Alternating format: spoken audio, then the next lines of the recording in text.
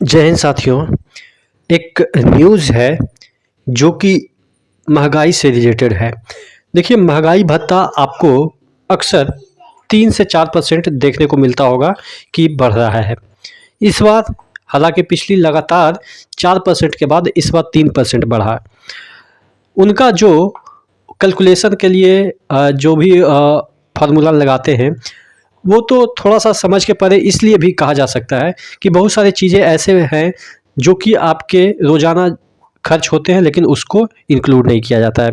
यहाँ पे जो न्यूज़ आई है कि लिमिट से भी बाहर हो गई है महंगाई, लेकिन आपके महंगाई भत्ता जो मिल रहा है वो मात्र 3% बढ़ रहा है।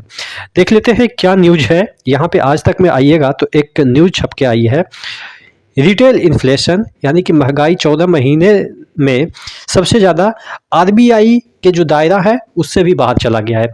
आरबीआई ने ये फिक्स किया था कि इतना % तक महंगाई रहेगा, लेकिन उससे भी ऊपर चला गया है, ऐसा इसका कहना है।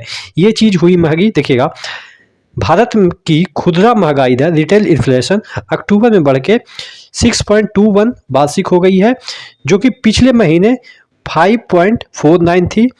ऐसे माना जा रहा है कि त्योहारी सीजन में हाई फूड प्राइस के कारण महंगाई दर में इजाफा हुआ है। देखिए, महंगाई बढ़ता है लेकिन सीजन जैसे ही ख़त्म होता है तो महंगाई कमता नहीं है। आप देखेंगे अभी प्याज आपको 70-80 रुपया मिलना चालू हो गया होगा। तो एक बार जो चीज़ें बढ़ गई वो एकदम से कम होना थोड़ा सा मुश्किल होता है। कम होता है लेकिन बहुत कम ही मार्जिन में कम होता है। उसके बाद यहाँ पे देखिएगा जो लिखा है, खुदरा महंगाई के आंकड़े आ चुके हैं जिसमें बड़ी बढ़ोतरी हुई है। खुदरा महंगाई भारतीय रिजर्व बैंक के दायरे की सीमा पार कर चुकी है। 14 महीने यहाँ पे देखिएगा, जो आपके 14 महीने के बाद 6.21% पहुँच चुकी है, जबकि आरबीआई की महंगाई का दायरा 6% ही है।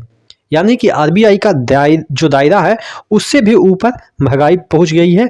भारतीय रिजर्व बैंक की कोशिश रहती है कि महंगाई दर 6 के नीचे बना रहे, लेकिन ताज़ा आंकड़े जो है ये सीमा पार कर दी है। अब देखिए, अगर महंगाई इस तरीके से ऊपर जा रही है तो आपके पॉकेट पे भी प्रभाव पड़ेगा, और पॉकेट पे प्रभाव पड़ेगा यानी कि पॉकेट से आउटगोइंग बढ़ेगा और इनकमिंग नहीं रहेगा तो पॉकेट फट जाएगा। कहने का मतलब यही है। तो यानी कि ना कुछ देने के लिए रहेगा। यहाँ पे और भी जो चीज़ें दे रखी है, भारत का खुदरा महंगाई दर अक्टूबर के महीने में जो थी वो वही बढ़ के कितना हो गई है। देखिए, फूड इन्फ्लेशन की में इतनी बढ़ोतरी हुई है। फूड इन्फ्लेशन की हम बात करें तो अक्टूबर में फूड इन्फ्लेशन जो है वो बढ़ के 9.69 हो गई है, जो कि सितंबर में 9.24% थी। फूड इन्फ्लेशन की हम बात कर रहे हैं। बाकी और भी सेक्टर की हम बात नहीं कर रहे हैं, जैसे ऑयल की बात कर रहे हैं, सर्विस की बात नहीं कर रहे हैं। इस तरह के जो इन्फ्लेशन, अलग अलग इन्फ्लेशन, ये जो आपके इन्फ्लेशन होते हैं जिसपे कि आपका महंगाई टोटल डीए बढ़ता है, वो सभी का कलेक्शन होता है। लेकिन फूड में ही अगर हम देखें तो देखिएगा कि आपके सब्जी वगैरह वगैरह, फूड मतलब क्या हुआ, सब्जी, प्याज, आलू, दाल, यही सब की हम बात कर रहे हैं। तो इसमें देखिएगा कितना ज़बरदस्त इजाफा हुआ है। ग्रामीण महंगाई भी सितंबर में जो है वो 5.87 से की तुलना में बढ़ के 6.68 हो गई है। तो ये चीज़ें दर्शा रही है कि आपका जो महंगाई है वो किस स्तर पे बढ़ रही है, जिसको कि आरबीआई भी कंट्रोल नहीं कर पा रही है। कंट्रोल कैसे करेगी? जब तक कि आप लोगों के परचेजिंग पावर नहीं डेवलप कीजिएगा तो महंगाई ऑब्वियस है बढ़ेगा ही।